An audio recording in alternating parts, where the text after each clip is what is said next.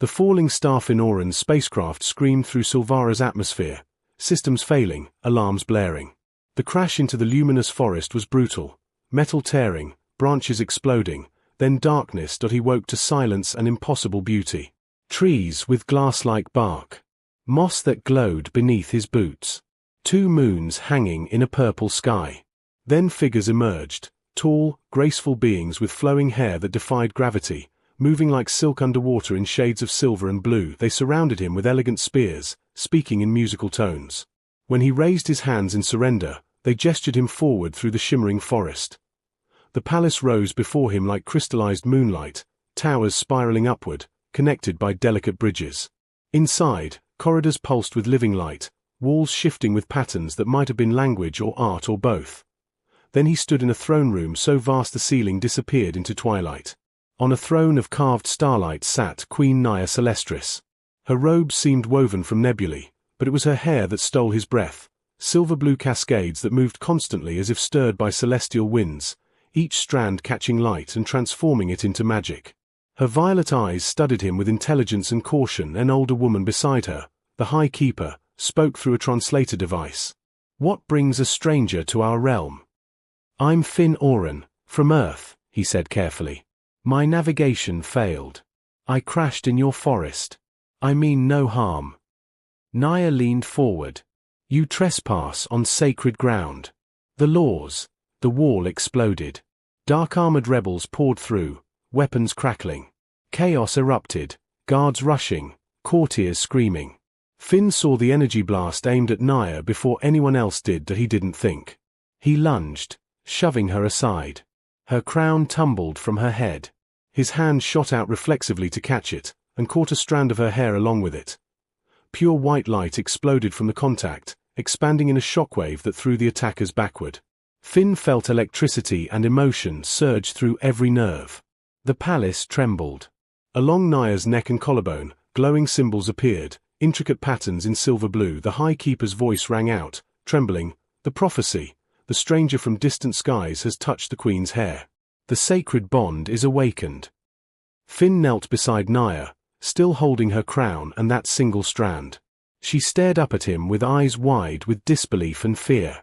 The marks glowed on her skin, the sign that destiny had spoken. His life had just changed forever. The ancient law guards escorted Finn to a crystalline guest chamber. His hand still tingled where he'd touched her hair. That softness like moonlight. The explosion of light. Those symbols on her skin. The High Keeper, Saria, arrived to explain. For millennia, the royal line has carried a gift and a curse. Our Queen's hair is the manifestation of her soul, her power. To touch it is to touch the core of who she is, an intimacy beyond any physical joining. And because I touched it, you are bound to Queen Naya by forces older than our civilization. The marks prove it. The prophecy spoke of a traveler from distant skies who would be her destined mate. Saria's eyes were grave. We never imagined it would be a human. After Saria left, Naya entered alone. She wore a simple twilight dress, looking exhausted and vulnerable. They sat by the window. "I'm sorry for touching your hair," Finn said. "You saved my life." Those were extremists who believe we should have no contact with other species. She twisted her fingers together. "The Council expects us to undergo the joining ceremony, a permanent soul bond within the lunar cycle. Marriage. More. Your life would intertwine with mine. We'd share emotions, thoughts, even across distances." Tears shimmered in her eyes. "I never wanted destiny to choose for me." Finn knelt beside her chair. "I don't know about destiny. But I know about being trapped by things beyond your control. We're both in over our heads." She laughed, a sound like chimes. "That's the most honest thing anyone's said to me in years." "Tell me about Silvara," he said. So she did, speaking of her world's history, its beauty, its struggles. He told her about Earth, oceans and cities, chaos and hope. As the moons climbed higher, Naya's expression softened, her hair glowing warmer. "Your people sound passionate," she said. "We feel things deeply. What about you? What do you feel beneath the royal duty?" The question caught her off guard. Her hair rippled with shifting colors. I feel tired. I've ruled for 300 of your years, always putting my people first. I've watched friends age and die while I remain unchanged. She met his eyes. And now I feel terrified, because when you touched my hair, I felt something I haven't felt in centuries. Hope. The word hung between them. Finn had moved closer without meaning to. Her hair drifted toward him, individual strands reaching out. It does that around you, she whispered. It never does that. One strand brushed his cheek, electric, intimate. Light bloomed where hair met skin. Naya, she stood abruptly, pulling away. I should go. The council meets at dawn. You should rest. Will I see you again? She paused at the door. I don't think I could stay away even if I wanted to. That's what frightens me most. When she was gone, Finn touched his cheek where the strand had brushed him. The skin glowed faintly in the darkness. The bond was real. And he found himself wanting to understand it, to understand her. The growing connection dawn came in pearl and rose gold. Naya met Finn on a terrace overlooking the star gardens, dark circles under her eyes. The council argued all night, she said. Half demand the traditional ceremony. Half insist you should be sent away. I want to understand this bond before deciding anything. Let me show you my world. They descended into gardens where flowers bloomed in impossible colors and trees held living memories in their translucent trunks. Naya explained each monument, wars and peace, discoveries and losses, queens who ruled with wisdom or fear. Her hair responded to every emotion, darkening with tragedy, brightening with joy. Does it hurt? Finn asked. When it glows. No. It feels warm, like sunlight.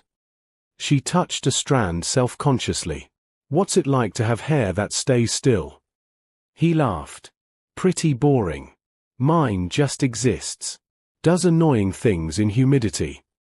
She smiled, a real smile that transformed her face.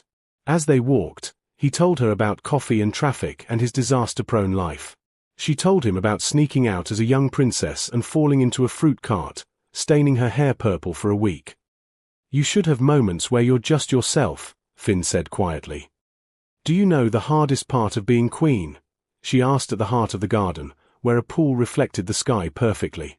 Never knowing if people see me or only the crown. But you didn't know I was queen when you saved me. I saw someone worth saving. He moved closer, drawn by an inexplicable pull. And I'm starting to see a woman who's carried the weight of worlds too long. Her hair glowed brighter, strands floating upward. Finn, when you touched my hair, I felt your emotions. Your compassion. Your certainty that protecting me was right. No one has ever, she stumbled. Finn caught her, arms around her waist. For a heartbeat they stood frozen, faces inches apart, her hair cascading around them both like starlight.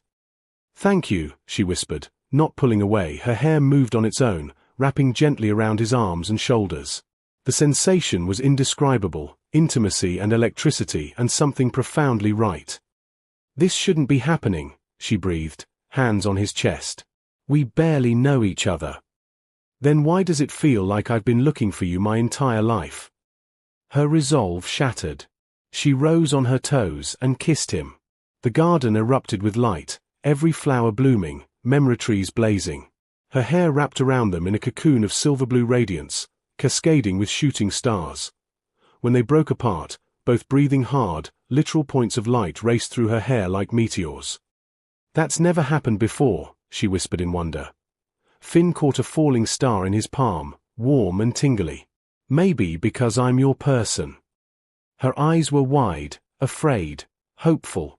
What if the council forces us apart? Then we fight. Together. He cupped her face. I don't believe in destiny, Naya. But I'm starting to believe in you. She kissed him again, tender and full of promise. Around them, the star gardens sang with light, celebrating a bond that had waited millennia to bloom. The heart's choice 3 days of stolen moments followed, walking corridors, sharing meals, talking until the moons rose and set. Each conversation revealed new layers. Her hair constantly responded to him, drifting across tables, wrapping around his wrist, glowing when he made her laugh. On the fourth morning, Finn woke to chaos. Saria found him. The Void sect issued an ultimatum. Reject the human bond or face civil war. They've gathered thousands at the northern border. In the council chamber, Naya stood before stern elders, her hair bound tightly in stress braids. Is one man worth thousands of lives? An elder demanded. Worth families torn apart in war? Finn saw Naya wavering under the weight of responsibility. He stepped forward. I'll leave Silvara. Today. Crisis averted. Finn, no. Naya turned, eyes wide with shock and pain. Your people matter more than one person's feelings, he said, voice steady though his heart shattered. You've always put them first. Don't stop because of me. The elder sneered. How noble. The human understands duty. You would really leave? Naya whispered. Finn wanted to scream no. But he saw her impossible position. I would leave if it meant keeping you safe. The session ended. Naya caught his wrist. My chambers. 1 hour. When he arrived, she stood by the window, hair unbound and flowing, wearing her simple twilight dress. You were going to leave without fighting, she said quietly. Yes. Why? Because I've seen what duty costs you. How could I ask you to choose me when it might cost thousands of lives? She turned, tears tracking down her cheeks. I've spent 300 years being the perfect queen, sacrificing my wants for the greater good. I forgot what it felt like to want something for myself. Naya, and then you crashed into my world. You make me laugh and feel alive. You would walk away to spare me pain. She crossed to him, hair wrapping around his arms. What if I don't want a bond forced by destiny? What if I want to choose you because my heart decided you're worth fighting for? Your counsel, I am queen. I have ended wars and forged peace. And I am choosing you. Not the bond. Not destiny. You. He kissed her desperately, pouring everything into the contact. Her hair cocooned them in light. Stay with me tonight, she whispered. Tomorrow we face the council together. They lay together in her sleeping area, her back against his chest, her hair spread across them like a blanket of stars. Tell me about your favorite place on Earth, she murmured. He told her about childhood beaches, salt air, watching satellites cross the night sky. And now I'm among the stars. With you. I love you, he said quietly. I don't care if it's too soon. I love you. She turned in his arms, eyes shimmering. I love you too. I started loving you the moment you chose to save a stranger. They kissed slowly, savoring each touch, the bond singing between them, celebrating their choice as they lay tangled together. Finn made a silent vow. He would prove their bond made Silvara stronger. He would earn the right to stand beside her, not as her fated mate forced by prophecy, but as her partner chosen by love. The bond fulfilled. Dawn came too soon. Naya dressed in formal robes, her hair braided with crystals, armor for battle. I'm ending this today, she said, by addressing every citizen directly, telling them the truth about us. The grand hall was packed with thousands. The Void sect leader, Commander Vex, waited with Councillor Thane. Renounce the human bond, Vex demanded, or face civil war. Is he worth so many deaths? Naya smiled. Do you know what the sacred bond actually means, Commander? That your bloodline will be contaminated. It means two souls recognized each other across space and time. That despite impossible odds, two beings found something worth cherishing. She turned to the crowd, her hair glowing. For 300 years, I've sacrificed my happiness for you.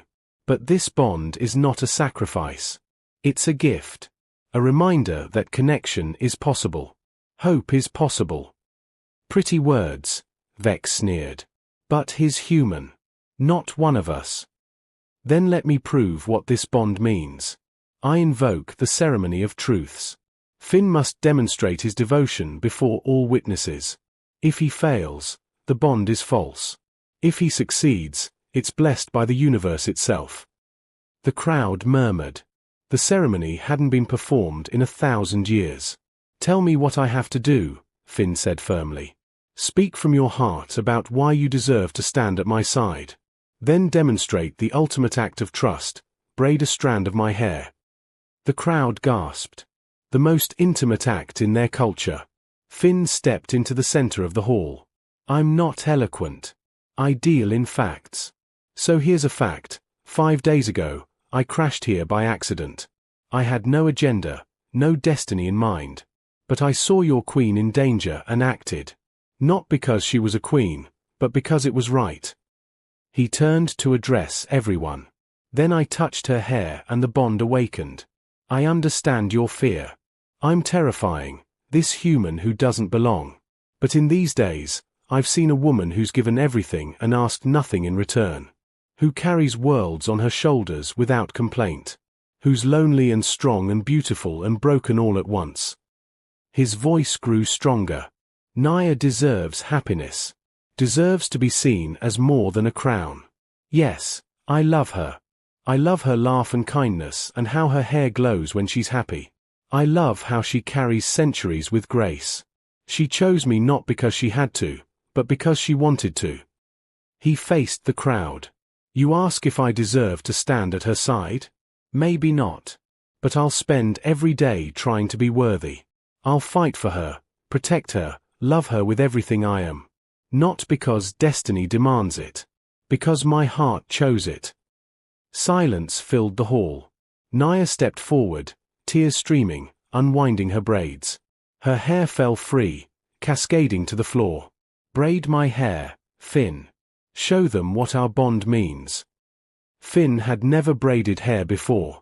But as his fingers gathered her miraculous strands, the hair seemed to guide him, showing him how to weave.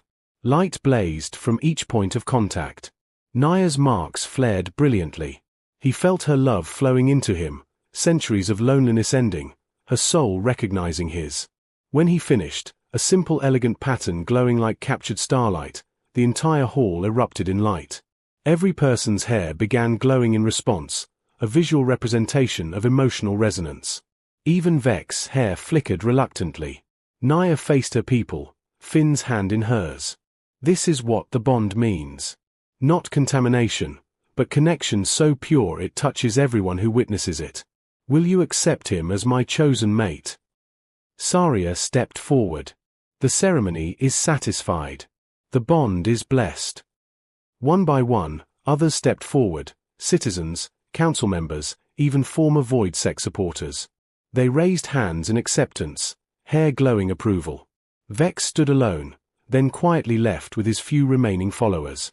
Naya pulled Finn into an embrace as the hall erupted in cheers. You did it. We did it, he corrected. Together. He kissed her as the crowd celebrated. Her hair blazed with supernovas, and their bond settled into place, not forced by destiny, but chosen by love, sealed by trust, blessed by an entire world. 3 months later, Finn stood on their balcony as twin moons hung low. Arms wrapped around him from behind, Naya's chin on his shoulder, her hair drifting around them. What are you thinking? She asked. How a navigation error became the best mistake of my life. He turned, smiling. How I found everything I didn't know I was looking for. Destiny, she teased.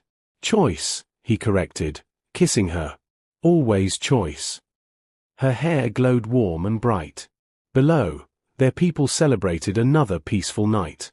Challenges remained, there always would be. But they'd face them together.